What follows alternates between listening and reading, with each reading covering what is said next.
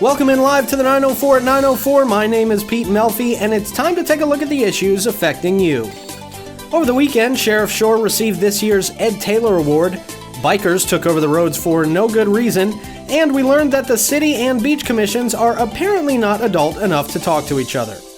Also over the weekend, Crazy Man and Wolverine on crack method actor Frank Austin was arrested when he violently approached a man about a parking spot at a local Publix. When the victim wouldn't give up the space, Mr. Austin pulled not one but two pocket knives, as if a crazy person with one knife wouldn't have been intimidating enough. The intoxicated West Side Story reenactor was arrested and charged with a third-degree felony. Here's a good deal for you this morning. You can get a Jimmy John's sub today for just $1. Some people still upset with the owners of Jimmy John's for hunting animals 7 years ago, apparently not realizing that every single other business on earth that serves meat also practices in killing animals in order to provide humans with nutrients needed to sustain life. We have a special guest joining us today to talk politics. On the phone right now is former President Barack Obama. Mr. President, thank you so much for joining us. Hello? Who's this? This is Pete Melfi. Seriously? How did you get this number? Who the fuck booked me an interview with this guy? Thank you, Mr. President, and I hope my $400,000 speaking fee is refundable.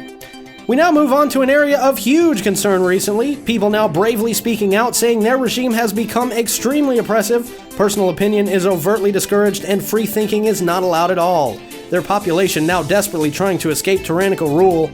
That's right, the original Swip Swap St. Augustine page has seen a huge decrease in traffic over the last year.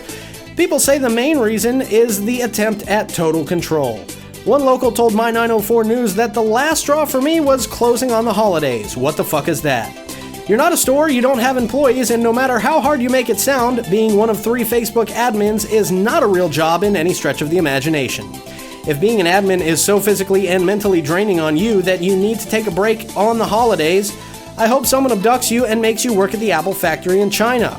Come back and bitch at me when your place of employment has suicide prevention nets around their building, she said. Wow, harsh words. Now for a quick check of the weather. And traffic today will make you want to invest money you don't have into a personal helicopter.